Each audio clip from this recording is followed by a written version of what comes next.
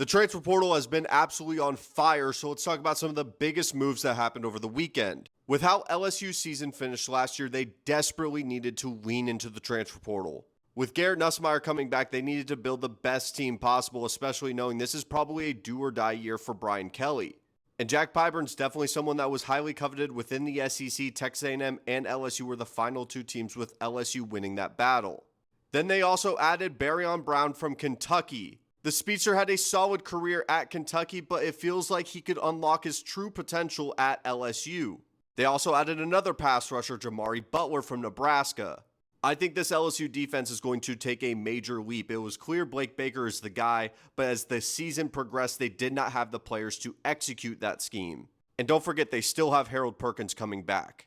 And even looking into the future, they may have gotten their quarterback of the future. I am a big fan of Michael Van Buren, and letting him sit behind a guy like Garrett Nussmeier is a great succession plan to have.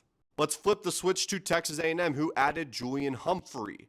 With A&M retaining their top corner, Will Lee, and having a bunch of young guys on the roster, you're not going to say no to more talent. There's been a lot of talk about Julian Humphrey off the field, but at the end of the day, if you really trust Mike Elko to develop his players, you're not going to turn away a talent like this. But I think the bigger addition was former five-star Micah Hudson out of Texas Tech. A&M needs a lot of wide receiver help. They just need some juice in that room, and adding a guy like Micah Hudson was massive.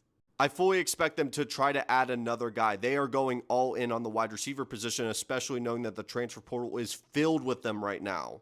And lastly, a very interesting add was Miller Moss going to Louisville. I really like this pairing, and I think he's going to put up video game numbers. This might be a rare case of a quarterback leaving Lincoln Riley and getting better.